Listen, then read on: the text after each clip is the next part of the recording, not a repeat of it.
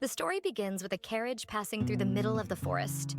Inside the carriage, two young ladies are conversing when one says that this time Alice cannot make a scene. To which she retorts that it was because last time the dessert was so delicious that she couldn't hold back.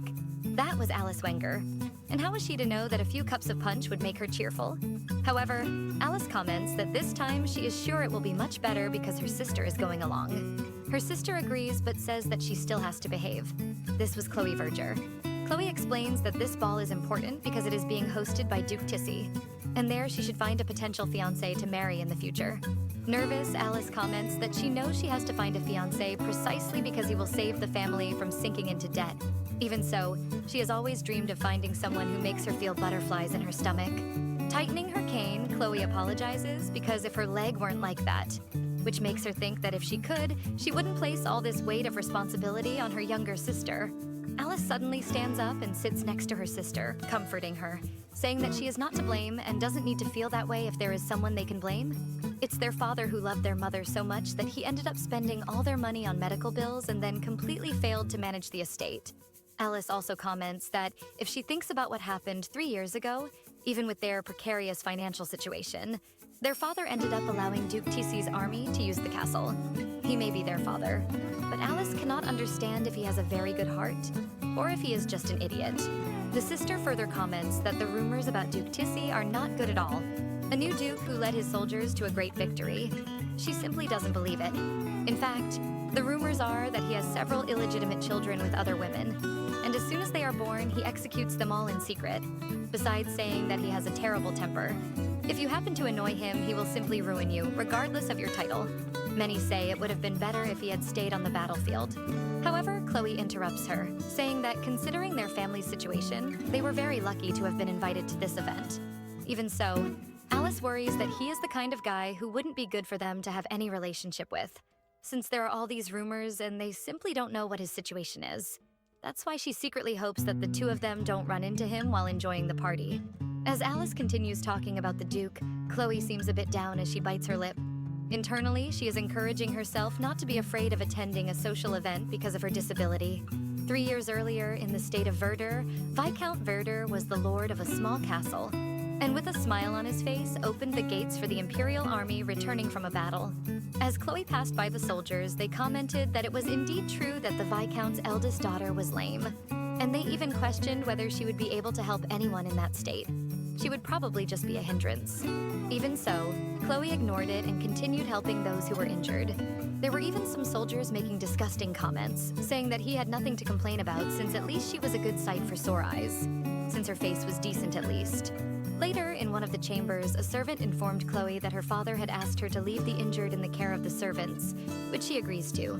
Even agreeing, she sits on her bed a bit upset, questioning whether she did something that might have hindered or even worried her father.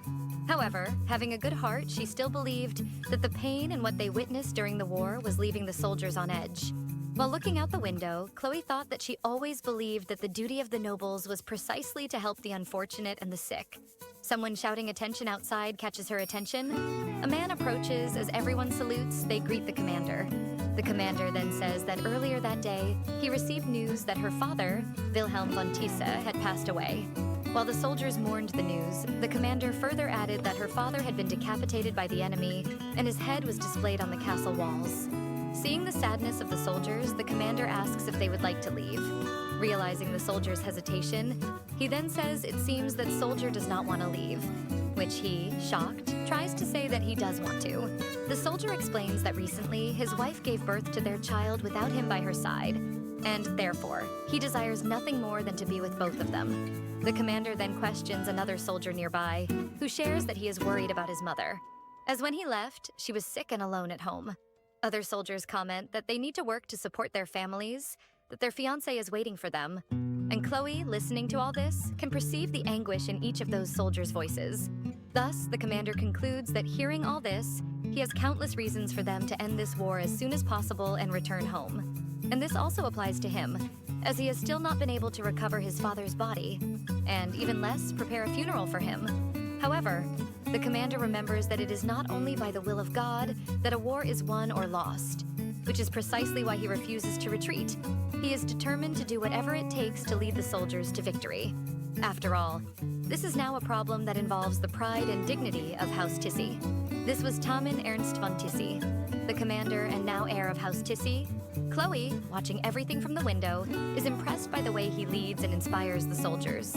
Everyone cheers as he says it depends on the soldiers to transform all this despair and longing into action. Chloe's little heart races at the thought that he is a much more incredible man than she imagined.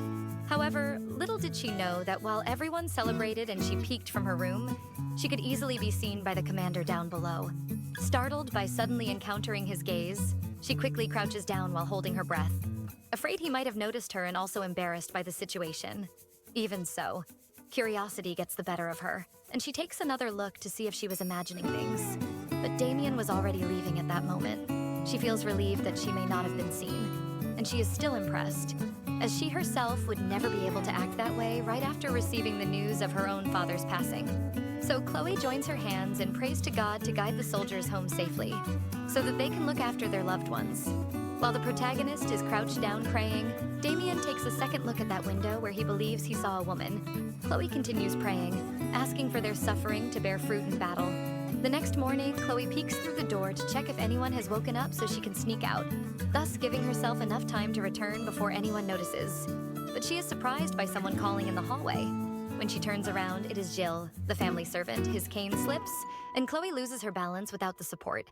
But Gila's catches her before she can fall to the ground. Relieved, she thanks him for the help. Gila's embarrassed, quickly changes the subject, asking where the young lady would be going at that hour. Chloe explains that she is going to gather some herbs in the forest. Giles offers to go fetch the herbs, but the young lady says he does not know the herbs to collect the right ones. Therefore, she prefers to go herself. The poor man still tries to explain that it is very cold and her father would not want her to be wandering around alone. But before he finishes speaking, Chloe interrupts him, saying that he has no reason to worry since she has done this many times. Realizing he would not be able to convince her, he simply asks the young lady to be careful. As he leaves, Chloe is impressed by how much Giles has grown since they met. He was just a boy who didn't even reach her shoulder. The sun was rising as the protagonist gathered the herbs and thought that everyone was working hard, so she also needed to do what she could to help. She hears a noise coming from near the lake. When she looks, there is the commander standing, looking at the almost frozen lake. Chloe wonders what duchess would be doing there, especially since she is the only one who knows this place. Still, she decides to leave without disturbing him. However, as she walks with her cane, she accidentally steps on a dry leaf, which makes Damian ask who is there. Nervous, Chloe drops the herbs on the ground, and again he asks who she is and why she is not saying anything. As he approaches, Chloe simply apologizes, introducing herself as Chloe Verdier, the eldest daughter of the Viscount of Verdier. The commander approaches and says he has noticed a pattern. Since last night, noticing that the Viscount's eldest daughter has a habit of spying on others like a rat. Realizing that the Lord was offended, Chloe apologizes and says that this time she really wasn't spying. He then questions whether that means she was spying yesterday, and even asks if her father asked her to seduce him. Before the poor girl can respond, he continues saying that it seems Lord Verdier is not as innocent as he appears, and has an ambitious side. Irritated by the insinuation, Chloe just lowers her head and says that is not the case. Damian, mocking, questions if that is not the case, then why would she appear tending to the injured and mutilated? The Verdier house may be of low standing, but this type of service is not meant for a noblewoman. Especially, he looks at Chloe's leg and cane, someone in her condition. The protagonist is shocked. Is this the same guy she saw and was impressed by yesterday? That was really very disrespectful. She then responds that she was just trying to help those who volunteered to go to war to protect their families, so she didn't expect her title to be a problem. Her late mother taught her two daughters that the Verdier family may be humble in rank, but as nobles, they have a duty to help those in need. Ironically, the commander finds it incredible that she uses the phrase behavior of a noble, and to further show that he is indeed rude. He says she never thought that doing something outside her abilities is just selfish and ends up being a burden to others.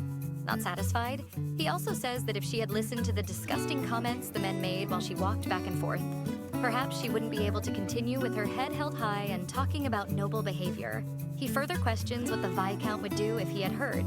If it were him, he would certainly rip the heads off everyone who dared to tarnish his daughter's name. Moreover, most soldiers ended up witnessing several of their comrades being torn apart in battle. By any chance, would Chloe know what that does to a man? Even now that the sun hasn't fully risen, she is alone walking in the forest with that leg of hers. And if something happened to her, who would be to blame? The protagonist, after hearing so much, steps back and says that this place has been part of the Verdier estate since before she was born. So that's why no one can enter this area without permission. Precisely for that reason, it is safe. The commander questions the word safe, which she expressly says yes, it is totally safe. He then grips his cane and asks if she would continue talking this nonsense if he did something like this. Quickly, he pulls the cane, causing Chloe to lose her balance, and she ends up leaning on him. Using the cane, he kills a snake nearby and says there are always hidden dangers in a forest, and she was very irresponsible for thinking otherwise. Returning the cane, he states that it is a bit damaged, but still usable to return to the castle. But Chloe refuses and thanks him for the, so to speak, help. Damian scoffs, laughing, saying that apparently she has quite a temper. Bringing his hand closer to her legs, he asks to examine her, asking if by any chance it is hereditary. Chloe tries to pull away, asking why he is doing this and why he is being so rude to her. At that moment, he stops and they look at each other for a moment. Giving up on provoking her further, Damian stands up, saying that she is very sensitive, that he was just asking something, and she already interpreted that as an attack. Letting emotions prevail will only lead to defeat, he advises her. Chloe then responds that she is not a soldier and therefore does not fight in wars to have a defeat or a victory. Looking at the snake's body, he says that life is a war, especially for someone like her. Irritated, Chloe says that this may even be true, but it does not give him the right to meddle in her life. Obviously, he responds that he just wanted to give advice. And the fact that she refuses to thank him says that he probably hit a weak point. Chloe does not respond, but now she is sure that he is like a demon, and that everything she thought of him yesterday couldn't be more wrong. Holding her dress, she says that with all due respect, she has only 2 things to say to him, which he asks her to go ahead and say. The protagonist says that first, for the cane he damaged, she would like a new one. Quickly, he responds that he will ask the woodworker as soon as he returns to the tents. However, Chloe refuses, saying that she wants a cane made from the birch trees that grow in the Thissy territory, which makes Damian find it a bit suspicious.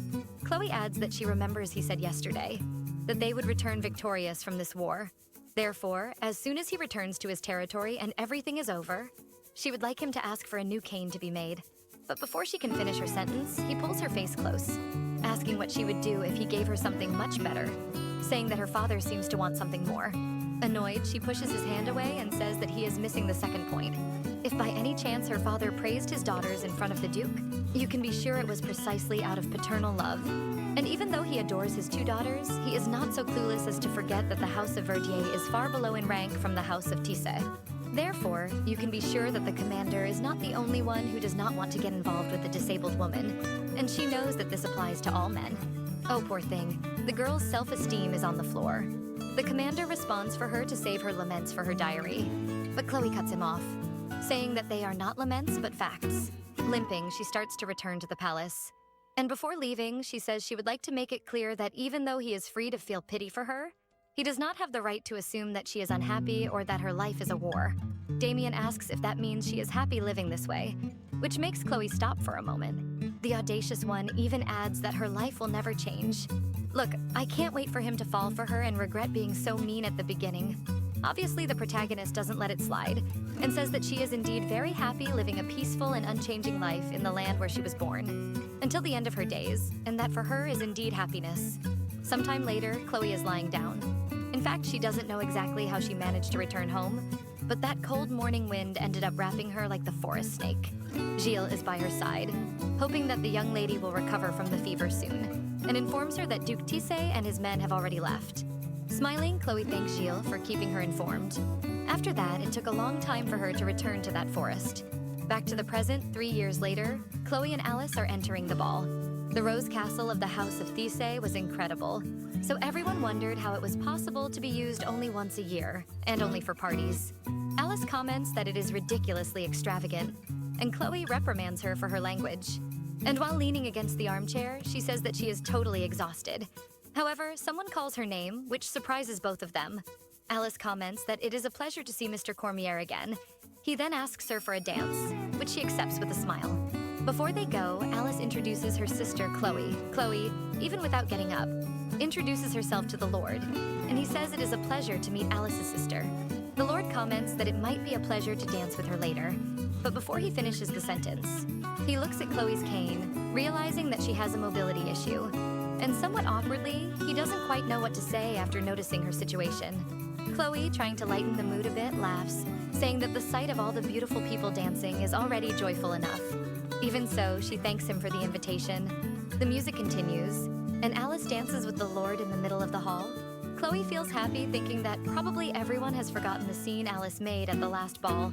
Moreover, Count Cormier seems to be a great match for her, precisely because Chloe has not heard any bad rumors about the Count until today. She is happy with this situation because perhaps things will improve for the family, and Alice will end up with someone good. Pressing her cane, she wonders if she should go thank the Duke for the invitation. Even so, hesitating, she thinks it would be better to just avoid him if possible. But that might be a bit rude since he is the one who invited them. At that moment, Chloe even questions what the Duke's reason could be for inviting them to this banquet. Could it be because her father helped them 3 years ago? However, when remembering those days, Chloe does not have good memories of the things he said, calling her the nuisance, which makes her even more discouraged to greet him since he did not seem like a person who appreciated kindness. Still gripping her cane, the only thing the protagonist wishes at this moment is that he completely forgets about her in those days 3 years ago. Everyone at the banquet starts to whisper, and someone begins to descend the stairs, until Chloe hears the guests commenting that the Duke has arrived. He descends the stairs with his sword drawn and stops right in front of Chloe. Realizing that there was no way to ignore him, especially since he was literally standing in front of her, Chloe stands up and greets the Duke, avoiding, of course, to make eye contact with him so that this is as brief as possible. However, to Chloe's dismay, his response was that it had been a while since they last saw each other, and he calls her by her name, from the house of Verdier. Everyone at the ball begins to pay attention to their conversation, where the Duke says he is totally indebted to Chloe's father for the assistance he provided 3 years ago, and for that reason, he would very much like to thank him in person. However, he has been very busy lately, also thanking Chloe for accepting the invitation, to which the poor girl simply responds that it is an honor to be in that place. The Duke notices something in Chloe's hand, which is her cane, and probably remembers that promise they made 3 years ago. However, instead of being a nice guy and just doing something good, obviously not, right? He extends his hand asking if Chloe would like to dance with him, which shocks the poor girl because everyone who notices that she has a difficulty ends up avoiding asking her to dance precisely because it will be very difficult for her. All the nobles start commenting if the Duke happened to notice her cane, and even that maybe she did something for the House of Thissy since the Duke is doing this with her in front of everyone, Chloe obviously, with all her class, declines the invitation, saying that she might not be a skilled person to dance with him. The clueless one asks if she is refusing because many men have asked her to dance and he is at the bottom of the list. Trying to ignore him, Chloe simply turns her face away, but Damian says that if that is not the case, he hopes she does not refuse. Someone interrupts this awkward moment asking if Damian is tormenting the young lady. This is the first Prince Johannes, who for some reason seems to be dehydrated. Approaching, the prince comments that if the young lady has already declined the invitation, he should not insist. And putting his arms around the Duke, he asks if his friend has forgotten his manners from being so long on the battlefield. Damian simply replies that inviting a young lady to dance is not against etiquette. Besides, the young lady is not fragile and cries easily. The poor girl just looks at the ground without responding, realizing that he is still the same as 3 years ago. The prince, noticing that he will not get another reaction from Damian, simply lets out a long sigh, apologizing for his cousin for being rude. Chloe decides to take a stand, seeing where this situation is heading. So she respectfully asks His Majesty to understand, but that probably the Duke was just concerned that she would be left without being invited to dance because of her condition. He then notices that Chloe is bolder than he imagined, and asks her name, to which she replies that it is Chloe Verger, the eldest daughter of the Viscount. Suddenly, he places his hand on her shoulder, impressed that she is from the House of Verger, and says that he would very much like to meet the Viscount since he is a very intriguing man who raised his daughters, especially the eldest, to be a rose, but with thorns. But Chloe seems to be unable to pay attention, bothered by that hand on her exposed shoulder. To get rid of the prince's hand, she then bows, apologizing to His Majesty, since she came today with her younger sister and not with her father. At that moment, she realizes that it has been a while since she last saw Alice in the center of the hall, worried about where she could have gone, afraid that another scandal might happen. The prince says he is busy, but asks if he can meet Chloe's younger sister in the future, heading towards several other nobles. The prince calls Damian to go with him and get that rude look off his face. Meanwhile, Chloe is panicking, thinking about what she will do to find her sister.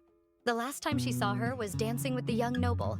Damian, noticing the change in Chloe's expression, asks exactly what the poor girl is worried about, which is where her sister is. She tries to disguise it, saying that the hall is very large so she can't see her, but that she will look for her. Well, before she can leave, Damian calls her name again, and while holding her hand, which is on the cane, he asks if she remembers their agreement. That secret agreement they made alone? Damian comments that the agreement was about the cane, and Chloe responds that at least if he is going to give her a new cane, he should let go of her hand. Getting very close to her face, he replies that she shouldn't worry, since she will receive the cane soon. Again, seeming like a child wanting to tease the person they like, he takes the cane from Chloe's hand, remembering that this is not the same one from that day, and that she probably got a new one. Noticing that Chloe this time did not react much, he comments that she is probably too desperate to find her sister to even argue with him, which was obviously true. So, she just turns her face in silence, offering her hand to accompany the protagonist. Damian says it wouldn't be good if Chloe's sister were doing something inappropriate, again inviting her to look for Alice together since the castle is immense. And who better to guide her than the owner of the castle himself? Already outside, he asks if he is walking too fast, to which Chloe says no, but it is obvious that he still hasn't given the girl her cane. Poor thing. The Duke says he is impressed, as it seems that Chloe has been practicing walking alone, but in reality she is shaking quite a bit with difficulties. He comments that probably the training she did must have been very painful, to which Chloe, squeezing his arm for support, says it is very generous of him. Instead of looking for Alice, he keeps making comments that she is very strong, trying to compliment her, but actually with a tone of irony. And the poor girl, shaking all over, regretting not having been able to get her cane back. Still, she manages to disguise it enough for them to continue walking in search of Alice. Upon arriving at the garden, Damian comments that the wind is quite strong in that area. And, noticing Chloe, he asks who put the accessories in Chloe's hair, to which she comments that she did it herself. Again, Damian comments that that's why the accessories look quite messy. Chloe feels embarrassed, but just responds that she would like her cane back. Damian comments that he heard rumors of a young lady running in this direction, which makes Chloe worried as it could indeed be her sister. And she just hopes that her sister is not in trouble or up to something. Hearing some suspicious noises, if you know what I mean. The two pause. Chloe feels completely embarrassed by what she witnesses. She finds Alice, thank God, in a wrinkled outfit with another guy. Startled, Alice tries to push the guy away who keeps kissing her. Chloe, still in shock, asks what her sister thinks she is doing. Pushing the guy who apparently is not very keen on listening, Alice tells him to run away or he might get killed, to which the guy responds that he will die very happy. Chloe is even more shocked to hear Alice call the guy Eddie. She remembers that some time ago Alice mentioned meeting a bohemian at the village festival and that he was very interesting and even said she would really like to meet him again. Chloe looks away and questions how long her sister has been seeing this guy. Damian, noticing the concern, places his hand on the protagonist's shoulder and asks if she is okay. She bows, apologizing to the Duke for the situation. After getting rid of the guy, Alice says that Eddie appeared out of nowhere and that she was caught off guard. Irritated, Alice just tells her sister to be quiet and apologizes to Damian, but she would like to talk to her sister alone, saying that she will just send her home. Alice is already showing concern, as she knows she messed up a lot and got caught. Chloe tells her sister to wait in the garage, which she does, running without thinking twice. Damian just watches in silence, until he comments that it seems the second daughter of Lord Verdier is going to cause a stir again. Apparently, Alice has a talent for causing scandals in high society. Trembling, Chloe begs the Duke not to mention anything about what he witnessed today. Obviously, he takes the moment to question why he should do this, commenting that he is sure he wouldn't even be against it if he decides to punish the Verdier family for bringing someone from outside to the residence of a duke. Chloe knows that very bad things can happen if she can't convince Damian, and her family is not in a favorable condition today. Desperate, she gives up trying to find another way and drops her cane. She kneels in front of the Duke, saying that all of this is her fault for not keeping an eye on her sister. Therefore, she begs him to punish her and not her family. Seeing that there is no response, Chloe says that she is begging while keeping her head down. He questions what she will do if he refuses. The poor thing doesn't even know how to respond, and it's obvious that this was the perfect opportunity for him to continue irritating her. The protagonist quickly tries to think of something to respond and manages to convince him. She needs to think of something fast for the sake of Alice and her father. So she says that the House of Thissy is a family that values honor, and he, as the only heir, is a famous commander who led his army to victory in the war, and was the first to receive a merit order from the royal family. Damian takes advantage of the pause Chloe gave to say that he is enjoying this sweet talk. The protagonist comments that he once mentioned that he would do whatever it takes to lead his soldiers to victory and bring glory alongside those who fight by his side. It was precisely at that time that the lord of a remote castle opened his doors, showing hospitality to the soldiers. Damian understands very well where she is going with this, insinuating that he should return the favor for being from the honorable house of Thissy. However, she corrects him, saying that she just wants him to show compassion to a humble family. The Duke comments that, in fact, he already returned the favor when he invited the 2 daughters of the Viscount to the party that gathers the most prestigious families in the kingdom. Therefore, Chloe should be blaming her sister for missing such an opportunity. However, before he leaves, Chloe holds his leg, asking him to wait. He questions what she is doing. Desperate, she says that if he lets it pass this time, she promises to do whatever he wants and never forget his kindness. This was her last resort. The Duke lifts Chloe's face, asking why she is doing this, and still provokes her by asking where that fearless woman from 3 years ago went. He adds that holding his feet like this, and saying that she will do everything he desires does not suit her. At that moment, the fireworks from the party light up the sky. If he weren't so cruel to her, I would be hoping for a kiss here. But anyway, he comments that probably her sister's marital situation must be making her act this way, precisely because her marriage will be a way to improve the family's finances. So they expect to marry her for convenience. Damian asks what would become of Chloe's life then? Doesn't she care about that? To which she responds that no, after all. Her happiness is seeing the people she loves well off. Approaching her face, he asks if she is willing to do anything for that to happen, to which she affirms yes. The answer does not please the Duke at all, who raises his hand to her cheek, saying that he will think about what she can do, and tells her to go home, which she says she wants to do as soon as possible. However, His Majesty had asked to meet Alice. Before she finishes the sentence, the Duke says that from this moment on, if she behaves in a way that attracts the attention of Johannes or any other man in the Empire, he will kill her and her entire family, warning that this is the limit of his generosity. Before releasing her, Damian says that he suggests she not go to that garden with a man she does not trust, since it is a garden frequented by lovers who come to satisfy their passions, unless she is hoping that rumors between them will spread, leaving Chloe still on the ground alone. The poor thing doesn't have much to do. She just thinks about how despicable he is. A few days later, Chloe is in her room addressing Duke Damian von Thissy in her letter, saying that 3 months have passed since she returned to her home after the ball. There have already been talks about Alice's marriage to a young nobleman who danced with her that day. Therefore, her family is very happy since the young man is a person of great moral standing. And as she knows this is the fruit of the Duke's generosity after much thought on how to repay this, she came to the conclusion. At this moment, she pauses, thinking about how best to write this part. However, Gilles appears bringing tea and some cookies. She asks how Alice is. Gilles replies that she left early, but after returning, she locked herself in her room and is refusing all food, saying she has a stomachache. Hearing that her sister left, Chloe becomes worried if her sister went to meet that guy again, to which Gilles responds that it is unlikely since Alice seems to have matured quite a bit. The protagonist even believes this. After all, she is promised to marry Count Dormier, and he is a good person. Therefore, she is sure that Alice will be happy with him, much better than an itinerant man. Gilles comments that if Miss Alice gets married, he is concerned that Chloe will feel lonely. Smiling, the protagonist replies that this won't happen since he will be there, which catches the boy off guard. She, noticing that he became shy, changes the subject, asking him to help her with the writing of the letter, precisely because the sender is ill-humored and will probably find something to complain about regardless of how she writes. Looking at the letters, the employee says that if he is the way she describes, he will likely complain if it takes too long to receive the letter. They are interrupted by her father rushing in through the door. With a smile on his face, he tells her to get ready, because Duke Thissy is coming to hunt in their state. This makes Chloe tremble just thinking about meeting him again, feeling cornered as her father says he received the news abruptly. But it could be due to the passion for hunting and their lands being great for it. Sometime later, the Verdier family greets the Duke's arrival. The Viscount asks if the Duke had a good trip.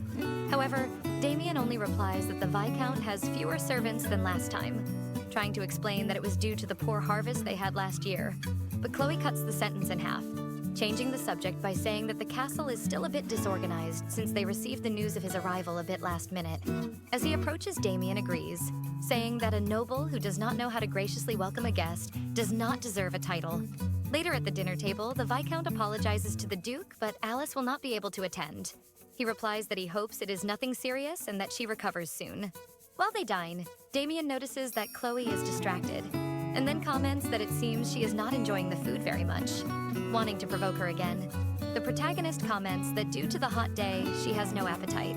Her father tries to lighten the mood by saying that his daughter must be nervous with the Duke's presence, saying that she loves nature very much and enjoys napping while reading a book. Damian comments that she must know the region very well, to which her father agrees, saying that she knows the forest as if it were a part of the house. However, there was an incident where she returned very ill from a day out in the forest. Even when she got better, she continued going there. Damian looks at her, interested in what he heard. The blabbermouth father even mentions that it was around the time they were camping in the area with the soldiers. Gilles appears to fill Chloe's glass and asks if she is okay. Leaning closer to her face, she thanks him for the water, while Damian does not seem to like the interaction. Then comments that if she knows the forest very well, he would like her to guide him tomorrow. Her father tries to deny, saying that her condition will only hinder the hunt. But before he finishes speaking, the Duke interrupts him, saying that he would like to know the young lady's opinion. Nervous, Chloe knows she won't be able to refuse regardless of what she says. She then says that if she can have one of the staff and her horse, she will accompany him with great pleasure. However, Damian refuses, saying that she will go with him on his horse, saying that as she imagines he is not the type to follow behind others. The next morning, Chloe is already ready, waiting to leave. Damian approaches with the horse, inviting her to ride with him. She hesitates a bit, afraid it won't be safe since she has never had a lesson riding with another person, especially being someone she cannot trust. But he interrupts her thoughts, telling her to come quickly. Handing his cane to Gilles, he questions if she will be okay, while Damian is already showing his jealousy towards the two. During the journey, the Duke comments that she and that servant seem quite close. Chloe explains that Gilles has been with them since he was little. When all the others left due to lack of payment, he chose to stay with the Verdiers. That's why she explains that to her. He is much more than a servant. Without warning, he speeds up the horse. While Chloe is scared, he asks her to be quick and tell him which direction they should go. Quickly, she says left, and everyone follows the path swiftly. As soon as they arrive at the hunting site, Damian comments that it seems his soldiers caught a very large moose. While Chloe freaks out without even being able to hear what he is doing, she is sure he did it on purpose. Noticing that Chloe is in shock, he covers her eyes with his hand, telling her to breathe slowly while she finally lets go of the reins. Calming down upon hearing the Duke's words, just a comment, but if he weren't so handsome, she surely wouldn't be giving in like this. Later, back at the mansion, Chloe comments that she will call a doctor as soon as dawn breaks. Her father asks if something happened, and she replies that the Duke got hurt when he was attacked by a wild animal. He explains that he was actually bitten while chasing it on foot, since it wasn't exciting enough on horseback. Alice comments that if it's a small wound, Chloe can make a bandage. While attacking her food, she says that they don't have any anesthetic, so he will have to endure the pain. Chloe tries to say that the doctor is on the way, but Alice says that there have been many cases of illness recently, so the doctor must be very busy, and therefore he shouldn't monopolize the time of the only doctor. Damian responds that he certainly wouldn't want to take a valuable resource away from the people of the domain. After all, he was just a guest there. While laughing, he asks if Chloe could take a look at the wound after lunch. Even so, she tries to say that it would be better to leave it to a professional. Even the Viscount tries to intervene, but the Duke says that in the past she took care of the soldiers, and that image is etched in his memory, so he is sure she will do an incredible job. This makes the Viscount happy that the Duke remembers this. Looking at Chloe, he says he hasn't forgotten any details from that time. Apparently, he takes pleasure in provoking her. Later, Chloe arrives in his room with the first aid kit. Damian comments that she looks like a prisoner being taken to her end. A simple task shouldn't generate so much dread. Ignoring the comment, she just approaches and tells him to show the wound. He asks why she doesn't look for the wound herself, to which she replies that he should at least roll up his sleeves. The Duke shows his arm, saying that Chloe is capable of doing this on her own. The protagonist says that with all due respect. It is not appropriate for a single woman like her to touch a man's body. He starts unbuttoning his shirt, saying that, "I suppose you are right." The protagonist is in shock at what she sees. The shirt falls to the floor, and Damian comments that he knows it's hard to resist, but it would be better if she didn't look so much. Poor thing is in shock at seeing a handsome man shirtless for the first time, especially since she didn't ask him to take off his shirt. Keeping her composure, she disinfects the wound on his arm. She says it will probably be painful, and he just replies that he hopes she makes him feel a lot of pain. While she treats the wound, he asks if her tutor was a doctor, to which she agrees. Damian says that this is really useful in situations like this. She explains that although she learned a bit of medicine from him, but is a different pursuit entirely that is coming in use now. When he asks what that would be, she replies that it is embroidery. This makes the Duke laugh, saying that it is the first time he regarded embroidery as a useful pastime. Seeing him smile makes Chloe blush. Changing the subject, he asks if her sister still holds secret rendezvous after dark. The protagonist just tells him to stay still while she does the bandage. He insists that she answers, and then Chloe explains that since that night, Alice learned from her mistakes. And thanks to the Duke, she will marry Count Cormier. Until he says that if he had known that his silence would be rewarded with not hearing anything from her for 3 months, he wouldn't have done that favor for her. Looking at the Duke, she can only say that he is very close until the Duke asks her to respond. Chloe explains that she wrote several letters, but she ended up not being able to send any. He gets even closer to her, saying that her attempt to lie disappoints him. The poor thing all flushed trying to push him away, while he insists she tell the truth. Until then, she says it's because he despises her. She knows very well how unbearably repulsive he finds her, and that's why she hesitated to send it since she wasn't sure how to reward him. Standing up to leave, she apologizes and says she has finished the bandage. However, as soon as she gets up, she slips on his shirt that was on the floor, dropping everything that was in her hand. But before she falls, the Duke acts quickly and catches her in midair. A loud noise echoes in the room from all the things that fell to the floor. In the next moment, she is lying on the bed with him on top. Chloe notices that due to the effort, the wound has opened a bit. And without getting off him, he replies that it doesn't matter since she can redo it. Not knowing how to get out of this situation, Chloe gathers her courage and asks the Duke what exactly he wants from her. He takes a strand of hair, and as he brings it closer to his mouth, he replies that she knows exactly what he wants. Is it allowed to freak out over this scene even though he is toxic? Ow, just get married already. The protagonist turns her face away, saying that she was only there to treat the wound at her father's request. Again, he asks, insinuating if she really thinks that was her father's only intention. Irritated because it's already the second time, Chloe replies that she understands why he doubts people's intentions, having learned never to trust people during the war. However, to think that all the women in the kingdom are desperate to marry him is a bit of an egotistical delusion. This response catches the Duke off guard. He starts to laugh, of course without getting off the poor thing, and she can only think that maybe he really is crazy, until he finally stops laughing and asks if they should put her theory to the test. Helping her to get up, the Duke says that she has already finished what she went there to do, so she could leave. Back in her room, Chloe questions why she spent so long agonizing over an apology letter to a guy like that. Picking up the glove that was next to the letter, she feels foolish for even thinking about giving a gift along with it. Remembering the things he said, she gets irritated thinking that she should have used a thicker needle on his arm. However, she controls herself and realizes that she shouldn't let her emotions take over, especially since it was because of him that Alice will marry a good man. Looking at the sky, the protagonist is sure that as soon as her sister gets married, things will stabilize and everything will be fine. The next morning, Alice even ends up drooling after hearing the news. And she asks Chloe if she is sure the Duke hurt his arm and not his head. Placing the cup on the table, he repeats again what he said, that he would like to propose a marriage to the daughter of the Viscount Alice Verdier. Their father tries to deny it, explaining that there had already been talks of marriage with Count Cormier. Calmly, Damian drinks his tea and says he knows that, but even so, it doesn't change his interest in marriage. And he asks if the Viscount doesn't think he is suitable enough, which is why he keeps commenting on unnecessary things. The atmosphere becomes tense, realizing that the Duke is serious. Even so, the Viscount replies that this is not the case, but he would like to respect his daughter's wishes. Finishing his tea, the Duke stands up and says he will wait 3 days for them to talk and give an answer. And in the meantime, he will be staying at his villa in the neighboring state. Laughing at the situation, he concludes that he hopes the Verdier family will consider the situation. Breaking everything in her room, Alice screams that she never wanted to be a duchess. However, she knows that this is a very good opportunity for her family. Chloe tries to comfort her sister, still not understanding what the Duke's intention was in doing this, until she remembers what he had said last night. The protagonist tells her sister that she doesn't have to do this if it's not what she wants, warning that she will talk to their father and resolve the situation. Alice is very grateful to her sister and hugs her. Even so, she asks, what will happen if she can't get married? What will become of the family? Because since the Duke made the proposal, things with the Count are over, and if she refuses... Chloe interrupts her, telling her not to cry, affirming that everything will be fine and soon she will receive a new marriage proposal. until Alice says that she is in love with Eddie. Chloe, taken by surprise, tries to explain that he is not a decent man. But her sister says that in fact she is pregnant with him. Crying, she asks what she should do. Back in her room, Chloe is trying to process what she just heard from her sister. She believes that maybe this is happening because they put too much pressure on her.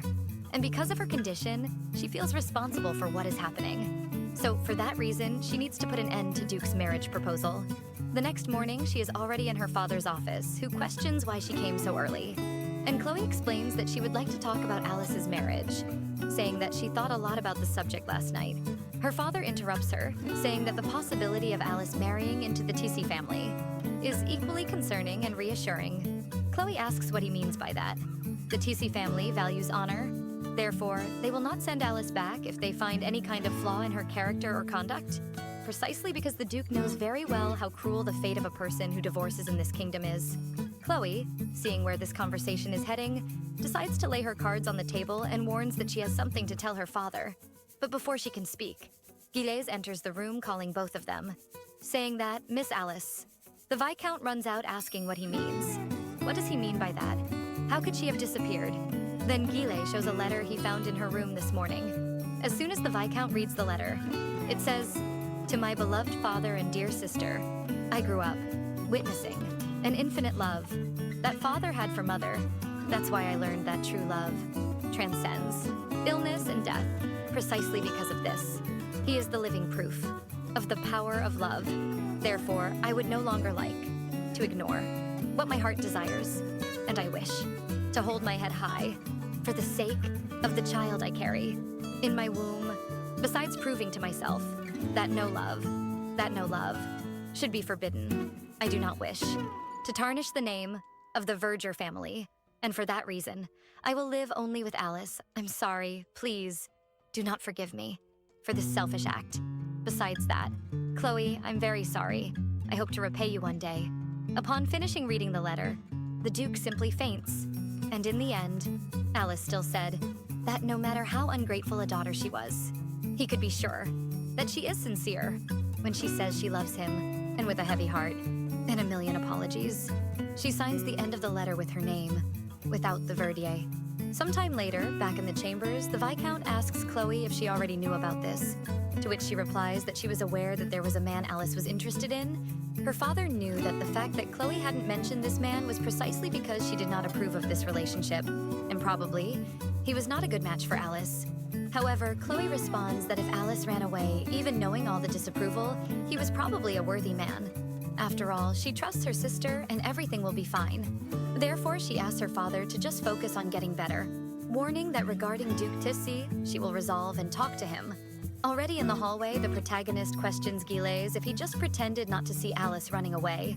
After all, Chloe knew, the moment he entered holding that letter, that he would never have entered Alice's room without permission. The guy just confesses, saying that there is no way he could hide anything from her.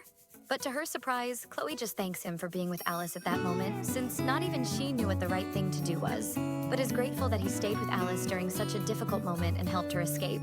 Now, what happened is in the past, and they must focus on doing the best they can from now on. Hearing those words, Gilles tries to console her, but holds back due to his position, wishing only that she does not blame herself, and that she does not try to take responsibility for everything that happened. Since if that happens, he doesn't know how he will be able to live thinking about it. However, the protagonist responds that at that moment, she is the only one who can take care of the House of Verdier now. And for that reason, she will find a way to make them all survive, even if it means making a dangerous choice. While the handsome Duke is in his villa peacefully enjoying the view, 3 days later in the village where the Duke is staying, he comments that it is unexpected and asks if Chloe found his marriage proposal so intriguing that she came to discuss the decision in person. The protagonist explains that it is something she could not just discuss in a letter. And changing the subject, he asks if she happens to have any infectious disease. Not understanding what he means by that, she questions him, to which he replies that if that is not the case, she can very well come closer and sit next to him. Seeing that Chloe is hesitating, he questions whether she is going to disobey his order. And of course, she quickly sits beside him. The Duke comments that his injury has not improved since then, to which Chloe responds by asking if he has seen a doctor, and he denies it. Showing a case full of a bottle with liquid, Damian asks if she can apply this solution for him. showing that he does not like this at all with his expression, "Don't you have hands to do it yourself?" He comments that this is exactly what he can read on her face. Obviously, Chloe denies and takes the little jar. And while applying it, she comments that the days are very hot, which hinders the healing of the wound. Therefore, it would be ideal for him to stay indoors as much as possible, since being outside will only hinder the healing process.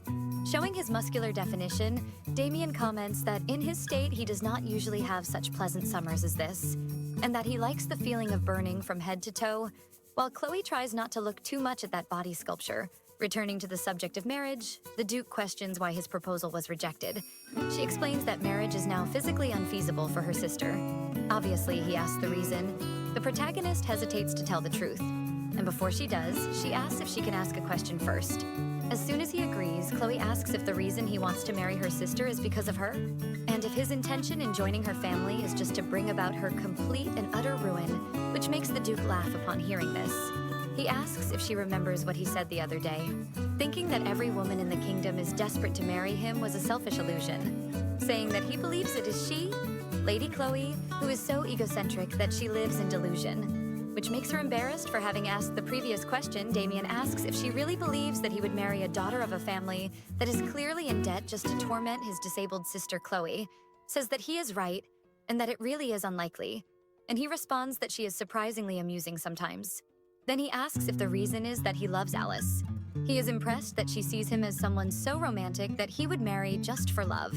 If that is not the reason, Chloe says she only has one explanation for why he proposed this marriage. He probably has some pressing reason that he must marry a daughter of the Verdier family, a reason that he cannot simply tell others. She continues saying that if he really has a reason for rejecting all the eligible women in the kingdom to propose marriage to a low-rank family, it is probably because it does not matter who he marries, which means that he might even prefer to marry a woman with such an obvious flaw that no one would give her a second glance. He leans in and asks if she means a woman who has lost the use of one of her legs. The determined protagonist, without moving her gaze, says that she would probably be a perfect bride for him. Suddenly, he kisses her. Catching us all by surprise as things escalated very quickly, Chloe returns the kiss. However, when he pauses from the kiss, she pulls her hand away from his face, asking what he thinks he is doing. To which he replies that she always makes cutting remarks that he was curious to know how sharp her tongue was. Embracing her and giving a kiss on her neck, Damian says that this is the perfect opportunity to ask if she is capable of giving him an heir. Feeling disrespected, Chloe slaps the Duke's face, saying that him acting this way before even responding to the proposal is totally disrespectful on his part. The Duke responds that this is indeed an appropriate response. However, he suggests that she familiarize herself with the principles of negotiation again and asks her to leave a few days later.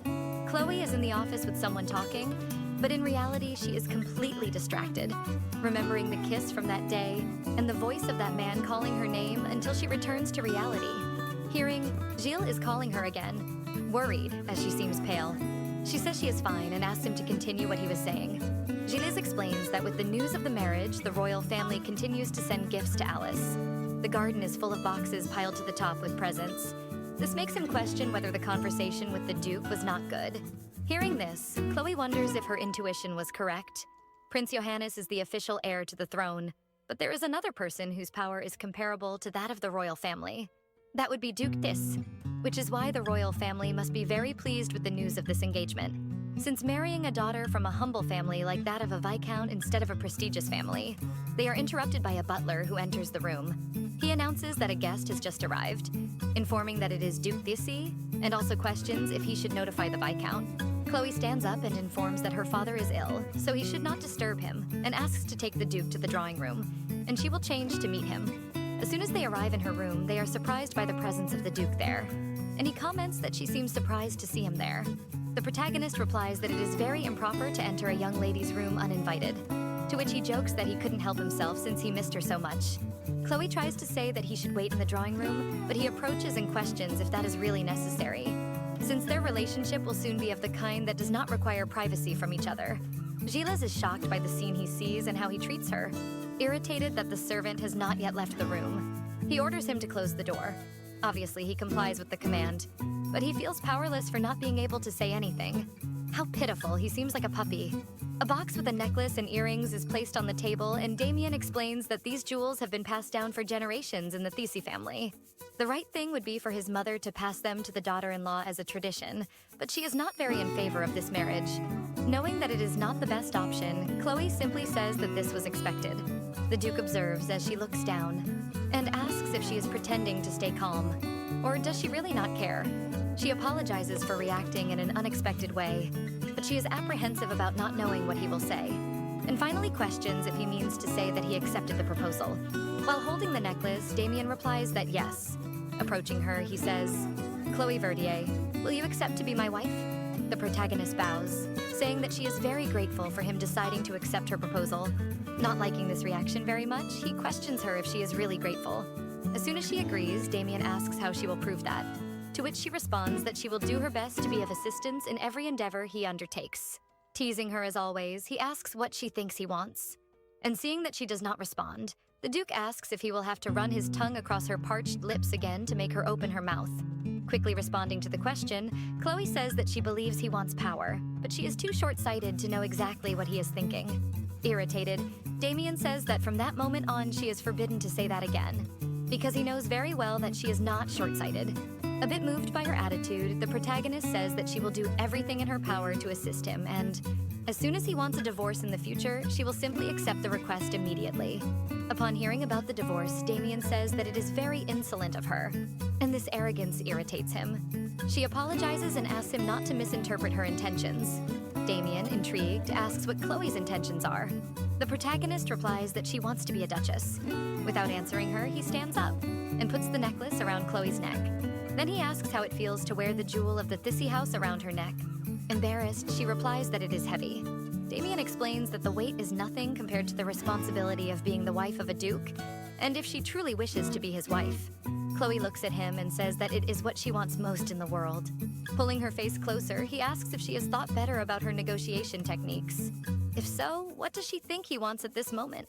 Suddenly, Chloe pulls the handkerchief from around his neck and gives a slightly embarrassed kiss, which he reciprocated passionately. However, as soon as he deepens the kiss, she lets go of the handkerchief and steps back, embarrassed. The Duke questions if this is too much for her. Besides, he doesn't want to lie, but things are going to get more intense. Guys, if he weren't so toxic, he would be perfect. Later, sitting in the living room with the Viscount, the Duke says that Chloe will make a great duchess. Obviously, his father proudly says that for sure, since his daughter is very smart and will earn everyone's respect. And if the Duke can make her happy, the Viscount is willing to offer everything, even his own life. Chloe finally looks at his hand and sees that he is wearing the glove she was going to give as a gift. Wondering what time he took the gift from her room, Damian says that if the Viscount insists, he would accept the forest and the mountain that goes all the way to the state of Verdier. The Viscount is confused. After all, that place has barren land and the trees cannot be used for anything.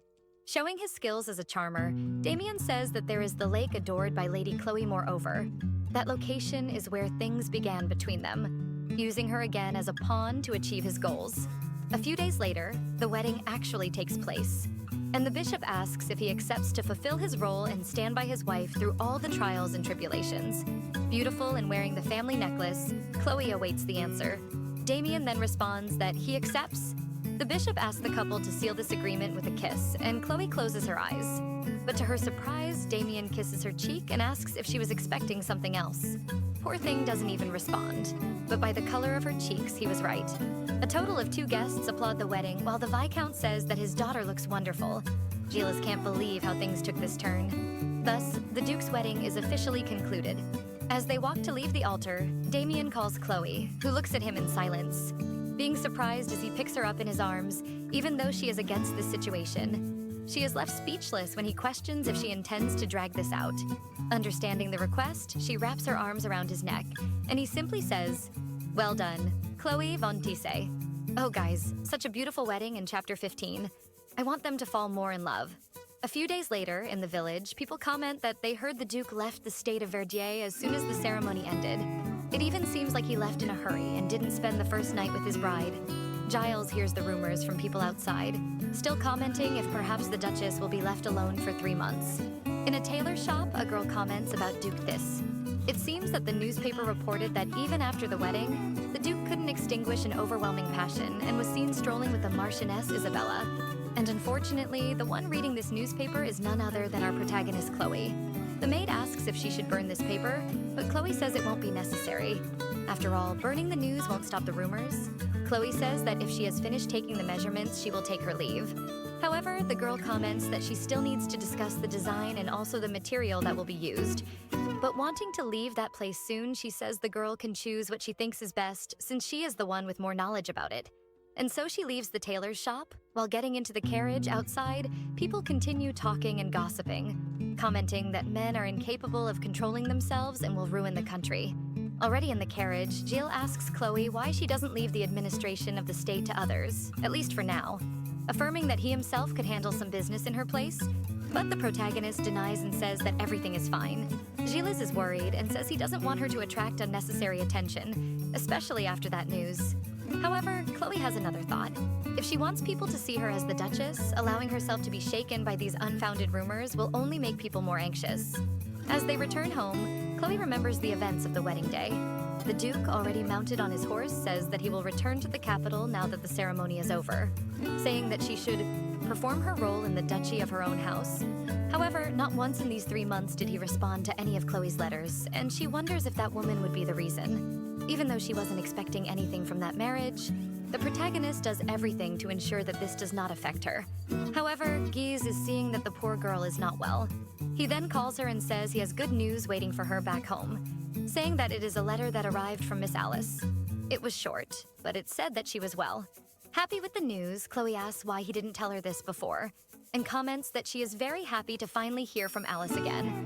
After all, that has always been her goal, to know that her sister is safe and happy, and her father is in much better health. Moreover, her marriage has also put the people of the state in high spirits. And thinking about it, maybe she really prefers to live away from him. Her only wish is that she can enjoy this peace forever.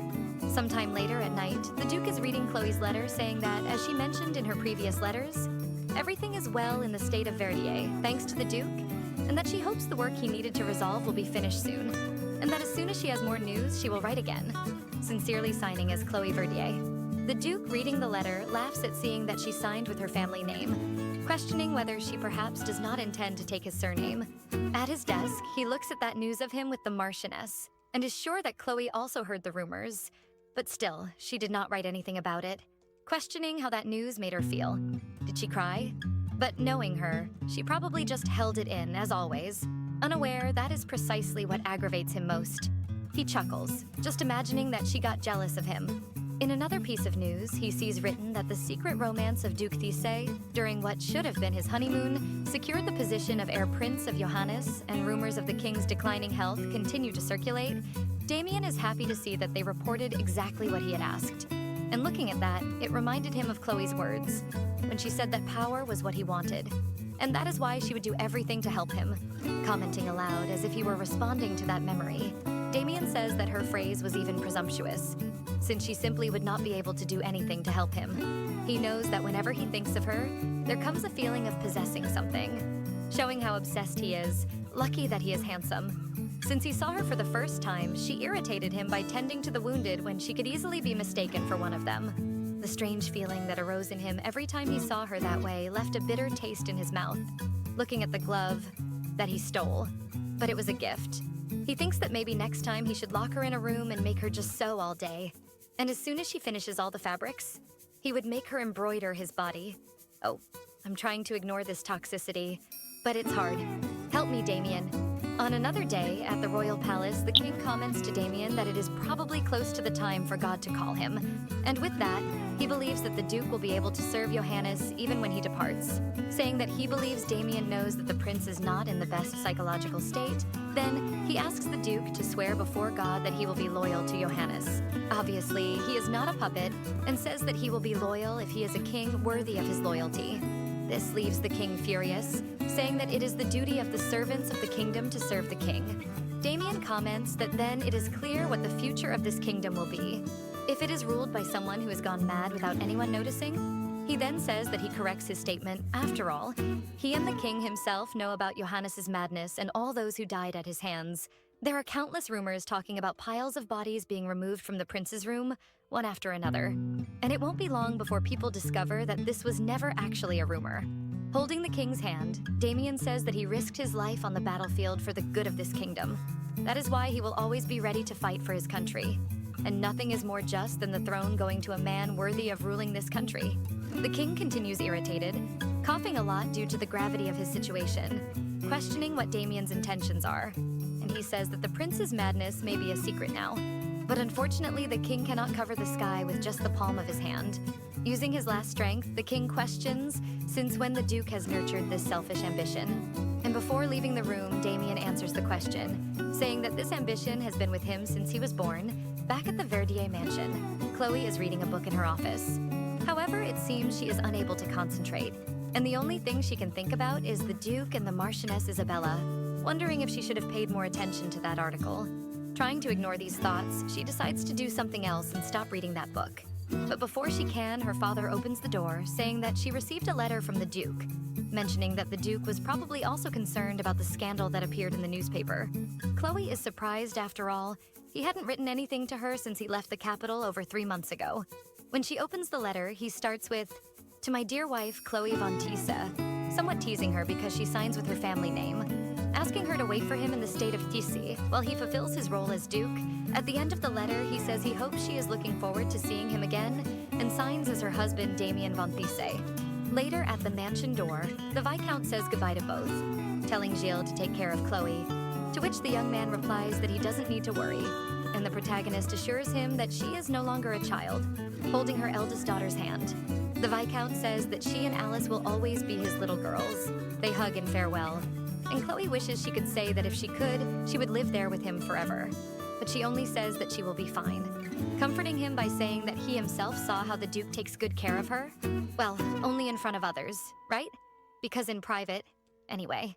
While Chloe smiles at her father, in her mind, she can only be sure of how she does not want to go to the Thissy territory. But there's no way our protagonist takes the train towards her new home. Inside the carriage, Gilles tells Lady Chloe that he could very well have gone in the freight car with the other servants, since he believes this place is too fancy for him. However, Chloe says it will be 2 long days of travel. Moreover, soon she will spend most of her time alone. Thus, they embark on this journey, noticing the change of season with the melting snow. Arriving at the gate of the Thys Duchy Castle, they are greeted by a woman who introduces herself as Elisa, the head maid. Chloe finds it a bit strange. After all, the castle is huge, and only one person came to welcome her, who would be the duchess of the place, so she probably is not very welcome. Even so, she thanks the young woman and asks her to prepare a meal for her servant. Since he has had a long journey, Elisa informs that she will ask a maid to prepare something for her servant. Meanwhile, Chloe should follow her. Turning to Gilles, Chloe thanks him for accompanying her to the Duke's house and says she is very sorry for not being able to see him leave, but wishes him a safe journey back. And then she follows the head maid. Until they arrive at Damian's mother's quarters, Chloe introduces herself, saying it is an honor to meet her, and thanking her for sending a carriage to pick them up at the station. And as she does, she realizes how much she resembles the Duke's mother. Probably his beauty came from her. And the Duchess herself comments that Chloe is very beautiful, saying that she looks like the first deer Damian caught when he was just a child. The woman asks if Chloe has any hidden wealth, or if by chance she knows the rotten side of the royal family, to which Chloe clearly denies. Placing her hand on Chloe's face, the woman says that then probably Damian chose her as a wife for reasons different from practical ones. She further states that it is true that Chloe is very beautiful, but hunting a deer with a hurt leg is a bit atypical for her son. She simply could not believe what she was hearing when he asked for the family jewel because he was going to propose marriage, wondering if it was perhaps just out of curiosity. After all, her son likes a bit of excitement from time to time. The poor woman cannot even say what she thinks and only responds that the Duke would not have made a decision about something as serious as marriage just out of curiosity, and that she still does not know exactly all the reasons why he chose her, but she intends to serve him in the best way possible, and help in any way she can for the family to thrive. Seeing Chloe's attitude, the woman says that at least the girl is brighter than she thought, commenting with a beauty equal to hers, surely the family jewels will look good. Moreover, she says that Chloe will be able to help take care of the castle, and that she trusts her son. After all, there is nothing more important to him than his family. Showing her maternal side, the woman asks if Chloe would like to hear the stories of little Damian. Exhausted, she lies down on the bed in her new room, tired of hearing so much nonsense about the Duke's childhood. She imagined that he had a very strict upbringing, but apparently he was clearly very spoiled as a child. turning to her side to snuggle more into the bed. She notices a portrait of the Duke intentionally left by her bedside. Lying the picture frame down, she cannot understand what his intention was in placing it there. A few hours later, Chloe is sleeping peacefully, with the picture frame staring back at her. Probably she got up in case someone noticed. Sometime later, the Duke's mother comments that she was surprised the girl locked herself in the office for 3 days after arriving, saying that in this aspect, she and her son are very similar, as he forgets everything when he is focused. Getting straight to the point, the woman asks Chloe what exactly she would like to discuss. The protagonist asks Eliza to give them a little privacy, but to her surprise, or not, Madame says that Eliza has been in that house since Damian was born. Therefore, she is practically family, so there is no conversation she cannot hear. Chloe remembers the letter she received a few days ago where the Duke asks how things are at the castle, and that he trusts she will perform well as Duchess and will not disappoint him, ending the letter by saying he misses her, and signing only his name, Damian. However, what the protagonist understood from that letter was more like a warning, and that is why she was in that place confronting his mother, as after reviewing the ledgers for 3 days, she ended up discovering a discrepancy in the castle's finances, stating that part of the money is being misappropriated. But Madame, not caring much, says that taking care of a castle that size is not easy. Observing Eliza's desperate face, one can already see where this is going. Chloe continues saying that she is not sure exactly where the money is being taken, and the total taxes collected from the people do not match. There is also a discrepancy between the number of wine bottles in the cellar and the quantity recorded in the ledgers. This is something that probably did not happen just once, but several times. And from what she noticed, these irregularities began to appear more or less around the time Eliza took on the role of steward. The tension rises, and Eliza starts crying desperately. Finally, the woman asks Eliza to leave the room. She then argues with Chloe, asking why she didn't think to discuss this in private.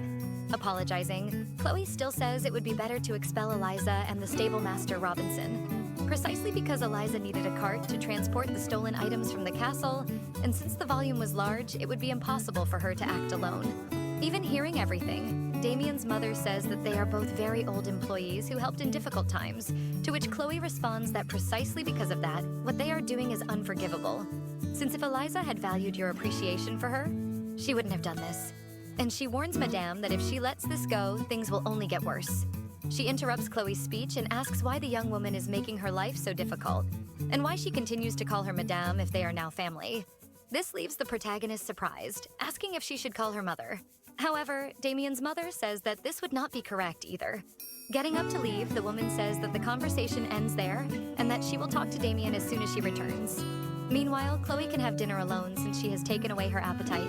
Chloe asks if she should ask to send dinner to Madame's room, which irritates the woman even more, telling the protagonist to be quiet and stop responding to everything she says. Before leaving, she still says that Chloe can be quite annoying. The poor girl is left there disheartened. It's not enough that the crazy Duke disrespects her. Now his mother does too. Sometime later, in the dining room, the maid serves a glass of water. And leaving, she says that if she needs anything, just call. Chloe looks at her plate with almost no food, which doesn't even look that appetizing. Even so, she decides to eat. Better than starving. However, she realizes that she managed to make everyone hate her. In the corridors earlier, she heard some maids gossiping, saying that the new Duchess was trying to fire Eliza and accusing the Duke of not having chosen his wife better. After all this, she ends up losing her appetite and worries if her father is doing well. Also if Gilles returned safely, and even if Alice wrote another letter, thinking that maybe when the Duke returns, things will get better, but she knows very well that this is an illusion. After all, apparently cornering people is a habit of the Thissy family. While the poor Stake suffers, the protagonist says out loud that she doesn't know who is worse, the mother or the son. Surprised, she hears someone's voice saying that she must be having a pleasant conversation alone. As he approaches, Damian says that it's not like her to be talking to herself. It could be because he made her feel very lonely while he was away. Chloe quickly stands up to greet him properly, but before she can say anything, the door to the room opens.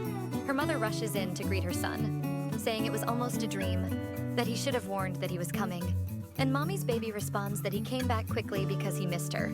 We all have the same expression as Chloe watching this scene. The woman, placing her hand on his face, says that the trip must have been tiring since he looks thinner, which he disagrees with, saying he traveled very comfortably in first class on the train. Looking at the table, he comments that running home made him hungry, and his mother happily says she will ask the chef to prepare something. However, he refuses, saying that there is already enough on the table. Looking at that shabby food, even Chloe feels embarrassed by the food. He asks for another table setting to be added. The table is set, and it seems that there was actually more food than it appeared. Damian asks if everything was all right while he was away, to which she agrees, saying that everyone was very kind to make his arrival comfortable. However, as soon as he puts a piece of that dry steak in his mouth, he drops the fork, knocking over the wine glass.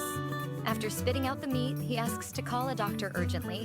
His mother, worried, asks what happened and why they need to call the doctor. The Duke says that as the only doctor in the family, he failed to take care of everyone's health, and for that, he must be punished. The madam says she is in perfect health, but Damian says that the fact that they are eating such tasteless food without even complaining can only mean that something is very wrong with her taste buds. Embarrassed, his mother says that there is nothing wrong with her, and that they don't need to punish the doctor. Worried, he asks if his mother is sure. After all, the steak is extremely tough, the vegetables dry and wilted. The soup was clearly prepared days ago. Even the wine is not suitable for a meal at the Thissy house, asking if his mother was already aware of all this. Ordering to call the chef immediately. With all the kitchen staff there, the chef says she cannot understand how the leftover food that normally goes to the poorhouses was served to the owners of the mansion, saying that probably whoever set the table must have made a mistake. Quickly, the maids confess, apologizing for having done something so terrible. Irritated, Damian says it is not possible that they are asking for forgiveness after affronting his family, ordering to throw all the involved servants into the dungeons and rip out their organs. Chloe interrupts him, saying it was just a meal, asking him to forgive them for this small mistake. He retorts that the food was meant to be served to the poor, to which the protagonist counters that it was still edible. But Damian replies that he ordered her to fulfill her role as duchess, since sitting at the table and eating that garbage is like insulting his name, and even if Chloe comes from a humble family, she should at least have common sense. Trying to avoid the death of several people, the protagonist apologizes and says she really failed in her role as duchess, but as his wife and lady of the house, she begs him to control himself and show a little compassion, asking him to give them the opportunity to serve something worthy of the Thissy house. Later in her room, Chloe is again exhausted and happy, thinking that she managed to save those people's lives.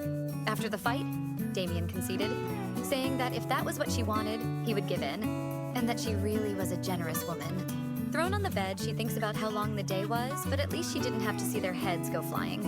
Of course, the day was not over yet, and a maid knocked on the door saying that the Duke would like to see her in his chamber. She informs the girl that she will get ready to go, but she wonders what he wanted with her at that hour of the night. Before the girl leaves, Damian enters the room asking what kind of preparation his wife might need to see him, since there is no need for decorum or appropriate dress at this hour of the night. Embarrassed, Chloe tries to cover herself, but he is already practically on the bed asking if she doesn't agree. Chloe ignores what he said and tells him to wait in the room, that she will change quickly. However, he sits on the bed showing that he is not going to leave, and that he already said she doesn't need any of that, just that she should go to her room. Clearly irritated, Chloe grabs her cane to get up, and Damian asks if she can't get out of bed without the help of the cane. While she grabs a shawl to cover herself, Chloe comments that it's not easy because she could easily fall to the floor, and even insinuates that maybe that's what he would like to see, to which Damian replies that it would indeed be delightful. He then stands up and extends his hand to her, and asks if they can go to her room, calling her wife. Already sitting there in the Duke's room, Chloe asks what the urgent matter is that he needed to discuss since it was quite late, which catches Chloe by surprise, worried if he is really referring to couple matters since not even on their wedding night after the marriage did he try anything. Tightening her shawl even more with those thoughts, Chloe simply turns her face and does not answer the question. And Damian finds it incredible because he can clearly see what she is thinking. Stopping tormenting her, he says he intends to reward her for having played her role as Duchess in an exemplary manner, which leaves Chloe a bit confused since she hasn't done anything special. Then he explains that it was precisely because she managed to get rid of Elisa and Robinson. The protagonist asks if by any chance the Duke already knew about the dishonesty of those two. And he explains that he likes his mother very much and that's why he knows how close she was to those two. So he ended up pretending not to see what was happening. Again, as he was showing that he was a mama's boy, Chloe was making a disdainful face, and he even asks if it's so shocking to hear that he loves his mother, but she disguises it and says it's not at all what he is thinking. Damian explains that even though his mother is immature and temperamental, she is the person who gave birth to him. Moreover, she will spend some time in the village they have in the south, saying that she was heartbroken for poor Elisa and Robson who were fired, which the Duke says will actually be good for his mother to change her surroundings and breathe some fresh air, besides helping Chloe to adapt more easily in the castle, which even makes her question if this plan of his to send his mother to a village far from the castle is somewhat a way of showing kindness. Placing a box on the table, he asks her to open it. When Chloe opens the box, she is surprised by its contents. Damian explains that he wanted to give something else, something more practical than a cane, especially since she has a habit of losing her cane. So that's why he chose the brace. Once she adapts, she will be able to walk comfortably without needing support, and he asks Chloe to try it on. The protagonist simply closes the box, thanking him for the gift and informing him that the choice to use it or not is up to the person receiving the gift, and that's why she will try it another time. But in reality, the poor thing was just embarrassed because she has no idea how to use it and didn't want to look strange tripping around. And maybe it's even his intention to kind of mock her, questioning the intentions behind this gift. Damian did not like the answer at all, saying that if the choice is up to the recipient, then he believes she thinks that calling her servant to travel in the same compartment was her choice. Chloe is surprised and questions him if he had someone following her. But the Duke explains that when you are part of the de Thissy household, you end up hearing all kinds of rumors, whether you want to or not. And he would also like to know what the reason was for her to show such generosity to just any servant, especially bringing them to the duchy. The protagonist says that Ji is a loyal servant who has worked for her family's household since he was a child. Obviously, the Duke retorts that Elisa also took care of him when he was just a baby. And yet she betrayed her family. All that tension, one more jealous than the other. Realizing that this discussion was going nowhere, the protagonist says she wishes he would stop insulting her. Explaining, the Duke says he is not trying to insult her, but rather giving her advice, since her so-called faithful servant has not left the Duchy of Thissy, and it won't be pleasant if people find out he is still here, especially because they will say that he probably has feelings for his lady. And in this way, more rumors will start spreading behind the Duchess's back. Chloe is surprised to hear that Gilles did not return to the state of Verdier. Why did he do that? While she was lost in her thoughts, Damian approached her, saying he can't believe she abandoned her duties as a duchess and brought shame to his name, and making his point, which was precisely to make her wear the gift. With little choice, Chloe decides to take the risk and do what he asks. However, it is more difficult than it seemed. Because she falls as soon as she tries to walk with the gift, Damian kneels nearby and asks which part of it she finds uncomfortable. When he is about to touch her leg, she asks him not to. The Duke insists she should speak up so he can fix it. Embarrassed, Chloe says the whole device is uncomfortable, as it doesn't help at all and only makes her feel pain. However, the Duke does not give up and says it will probably have the opposite effect once she gets used to it. Placing his hand on her face, he asks if she is crying. Okay, he earned some points this time. He is really trying to help, but the protagonist will not fall for that and turns her face away, saying she has no reason to cry. While he lifts her dress, he comments that crying like a child is not a duchess's behavior. He pulls her up, helping Chloe stand while she says he really is like a devil. Holding her chin, the Duke says he still has to show her just how much of a fiend he can be. The protagonist remains firm and does not fall for the Duke's charms, saying she feels resentment and does not believe him, and that she is extremely upset. Damian ignores everything she has said so far, and, moving closer, says he will ask again how she is feeling. Chloe says her heart is beating very fast. While he removes the device, he asks if her body is warming up as if there are embers burning within, if her blood is flowing so fast that she can't control her breathing, and if she feels like her heart is trying to escape from her chest. The poor girl is already enchanted, speechless. Closing her eyes, Chloe agrees, saying that is exactly why she feels resentment. Then he kisses her. The protagonist lets herself be carried away by her feelings. Responding to the kiss, Damian pulls away for a moment. He caresses her face and asks her how she feels about kissing the man she compared to the devil. Shaken, Chloe simply asks him to let her return to her room. Seeing her all nervous and embarrassed, the Duke allows her to go to her room. Sometime later, at the castle of Tis, they are discussing the train tracks that will now reach the state of Verdier. And because of this, the territory will likely develop significantly. A man asks if this is the wedding gift he is giving to his wife, and Damian asks if that is a problem. Obviously, the young man pretends, saying of course not, commenting that he is just surprised the Duke is a devoted husband, while poor Chloe is having to dine listening to all this. The other man comments that some concerning movements are being detected in the Duchy of Carter. They had declared that the war was over, but one can never know when they will attack again. since they can do so at any moment using the geographical advantage, and that is why the Duke should attack first. Still commenting that this matter may need to be treated urgently, which makes the Duke thoughtful. Noticing Chloe's disinterest, Damian says he would like to know his wife's opinion on this matter, and obviously everyone looks at her with prejudice. But before they can conclude the matter, Chloe says that even though she doesn't understand, she believes the people of Swanton are tired of the war. The Duke, liking her participation, says that maybe she is right, but wouldn't conquering the duchy be advantageous for the people of their kingdom? The protagonist replies that no one can guarantee victory in a war, nor that Carter's army will remain weak, as the noble himself just said. Carter's duchy is perfectly capable of using its geographical location as an advantage. The man says he is impressed. After all, the Duchess's knowledge is quite vast.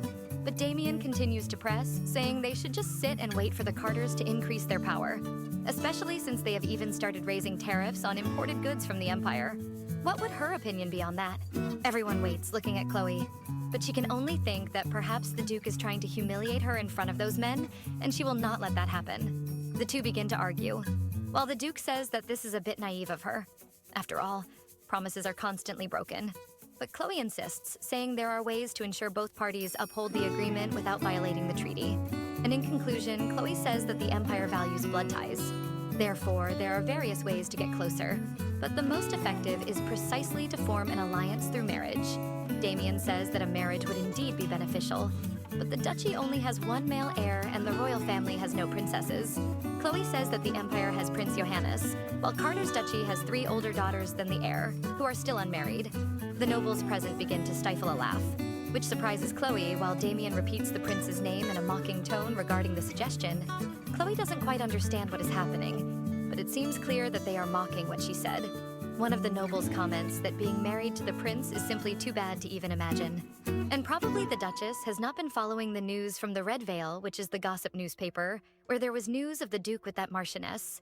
He continues saying that if she read the articles about the prince, but the other noble interrupts, saying that what he is talking about brings up that newspaper, which is not respectful at all, precisely because of the rumors written in it. The Duke comments that he wouldn't know if his wife has read that newspaper or not. However, judging by her expression, it seems that she has read it. The protagonist replies that she has only read a few things, but didn't pay much attention. After all, it is just a gossip tabloid. A bit irritated, she stands up and says she will ask for dessert to be served and that the knights can continue their conversation. The two nobles comment that she is really very interesting and can see why the Duke anticipated this marriage. The other man even reprimands him for speaking that way. But the guy says he wasn't speaking romantically. It was just that she was interesting, commenting that it is more a form of respect he felt for her opinion. But it was too late because Chloe was already irritated with the whole situation and believed they were terrible. Later that night, Chloe begins to hear some noises. It is someone knocking on her door desperately and calling for her. As soon as Chloe opens the door, she finds a person calling for her desperately, who is Eliza wearing a cloak. Before the two can talk, another maid comes running, calling for Elisa, saying that she shouldn't be wandering around there because if the Duke saw her. But Elisa interrupts, asking the girl to let her go. Questioning if she knew how long she had worked in that place, she also claims to have dedicated her whole life to serving the Duke's family. Chloe tells her to calm down and say exactly why she came there. The woman explains that her grandson is very ill. It started with a fever. He lost consciousness, and now he is murmuring while he sleeps. That is why she came to ask for help so that the family doctor can examine him. The protagonist remembers that in her childhood she had something similar. She started with a fever and also cried a lot. Calling for her mother because of her past, she decides to release the doctor. What the other maid says she cannot do without the Duke's permission. Irritated, Chloe questions if that woman intends to disturb the Duke's sleep. Because she forgot who the Duchess of this castle is, the girl becomes embarrassed and says she will fetch the doctor immediately. Chloe, while grabbing a coat, tells Elisa to put her on her back. The woman is confused by the proposal, but the protagonist explains that since it is a fever, they cannot waste time, affirming that they need to be quick. Already in the quarters where the grandson is, someone asks what the Duchess is doing. She is undressing the boy who is trembling with fever. Elisa, worried, questions whether this will not get worse, since he is shaking so much and could even die from the cold. But Chloe warns her to quickly go outside to get some snow, as they need to lower his fever as soon as possible. Elisa feels somewhat hesitant about the command, yet obeys, saying that if anything happens to him, she will not forgive her. Chloe says that she can resent her as much as she wants, but if she wants to prevent her grandson from spending the rest of his life limping like she does, the best option would be to cooperate.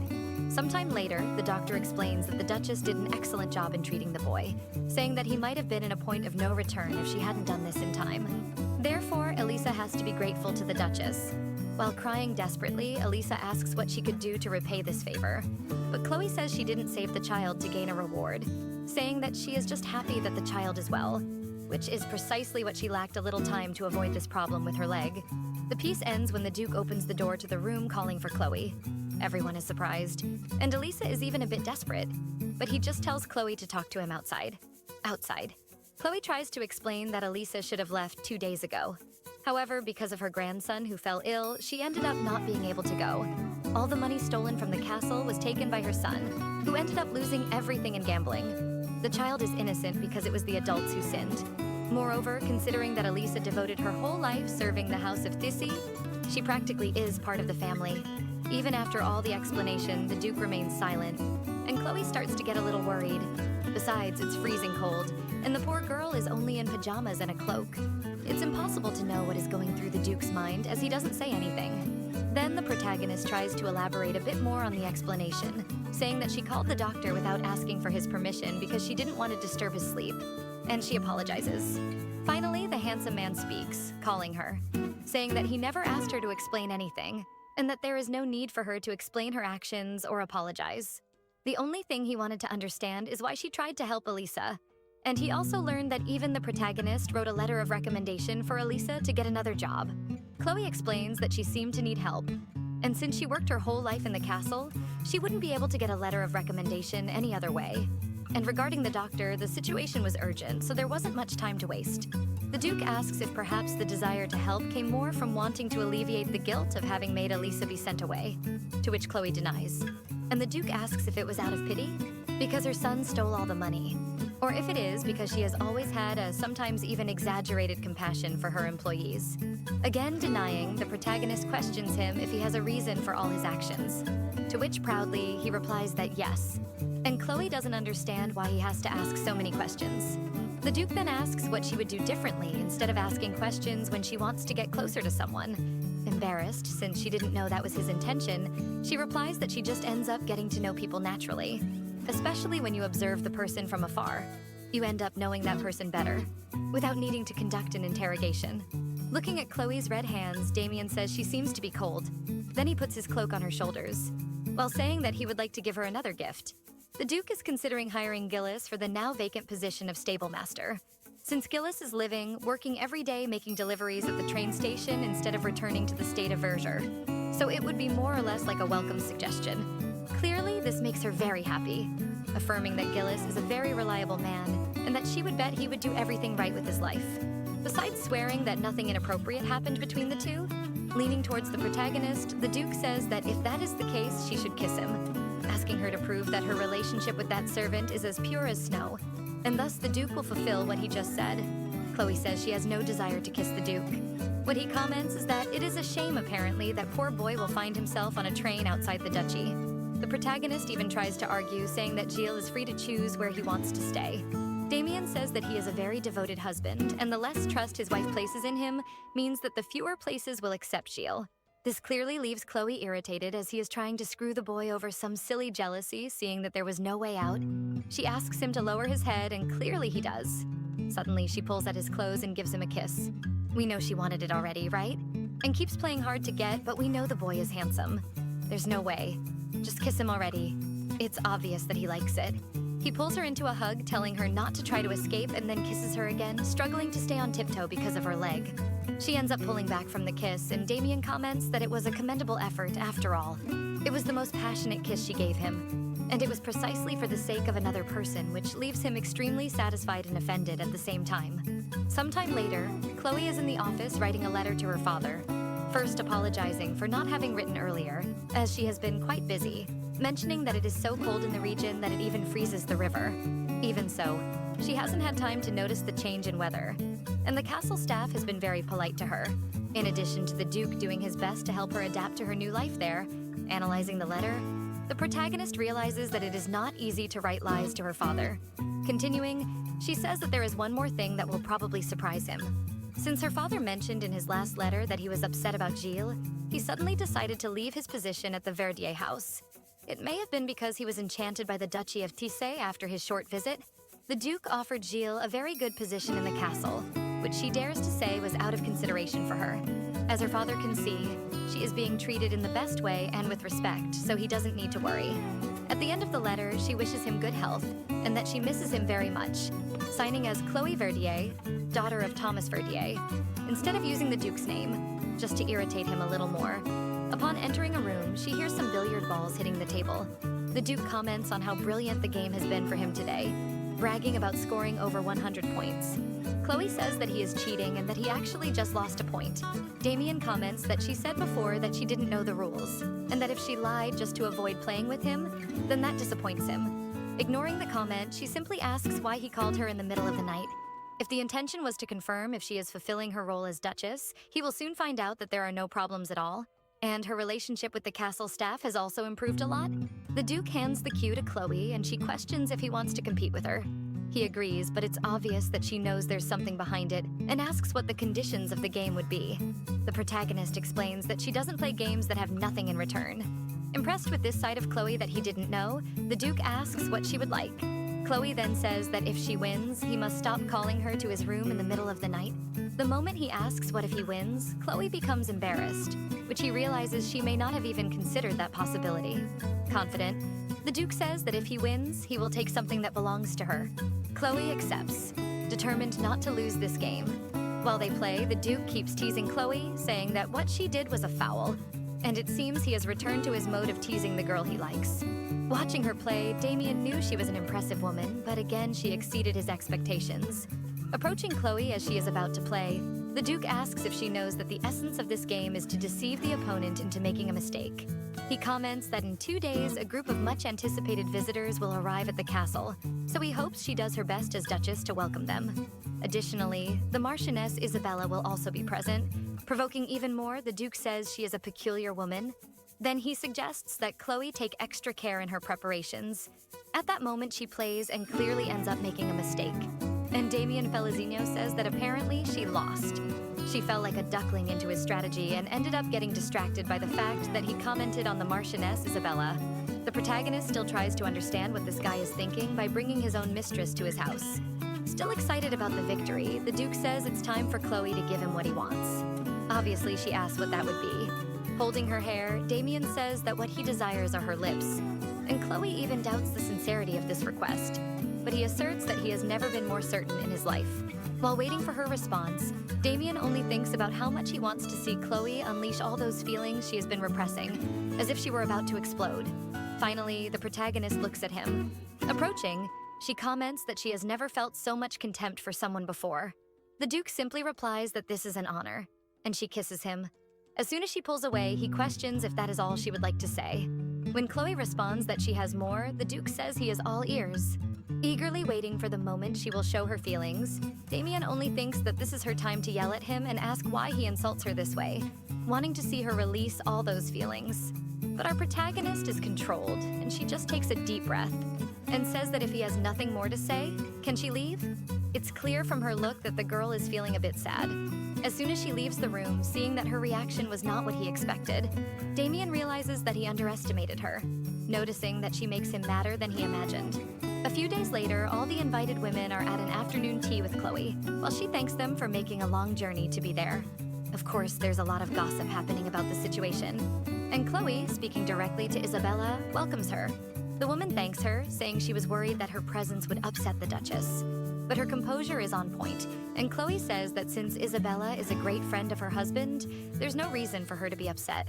Playing the victim, Isabella says it was not her wish to go through a situation that made her feel so miserable, and the other women try to comfort her. While shedding her crocodile tears, Isabella comments that she didn't know the world could be such a cruel place. Taking a deep breath, Chloe can only think about how ridiculous Isabella is for talking about feeling miserable. After all, who is more miserable there than a wife having to show hospitality to her husband's supposed mistress?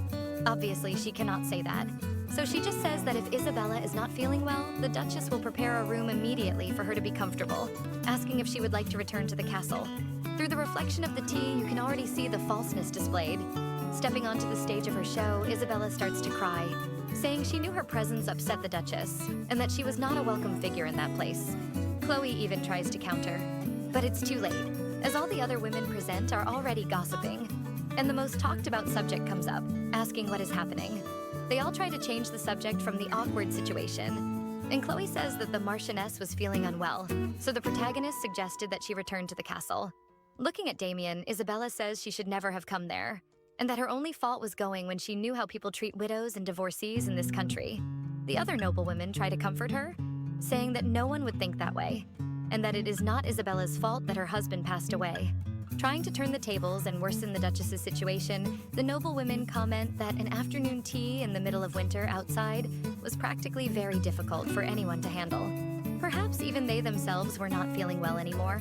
One even comments that her tea has already gone cold in this cold. Chloe realizes that the two are completely hostile towards her. Perhaps it's because they cannot accept that a daughter from a debt-ridden family, and even more so with a disability, has become the Duchess. Damian comments that he will call a carriage for Isabella. As soon as Isabella begins to respond that she wouldn't want to ruin the situation because of her presence and is going to accept the Duke's invitation, Chloe raises her voice, apologizing if she made Isabella feel bad, but she would never have extended the invitation if she didn't want the presence of the Marquis. If she were feeling better, the protagonist says she would be very grateful for her presence. But if she is still feeling unwell, she has every freedom to go rest, extending her words to the other guests as well. Chloe then asks what Isabella would like to do, and realizing her defeat, she simply replies that she is feeling better and apologizes for the confusion. As she leaves, she comments that she thanks everyone for their understanding and that dessert will soon be served, which will be pudding. But before she exits, our dear one cannot stay quiet and says that this is Isabella's favorite dessert, complimenting how thoughtful it is of his wife. Irritated by the situation, Chloe simply says it was a pleasure as she leaves. As soon as the protagonist walks away, Isabella finishes her show thinking about how unexpected this was, and that it is not easy to deceive the Duchess. The nobles continue commenting that it was the Marchioness who met the Duke first. Therefore, she has the right to feel that what was supposed to be hers was stolen.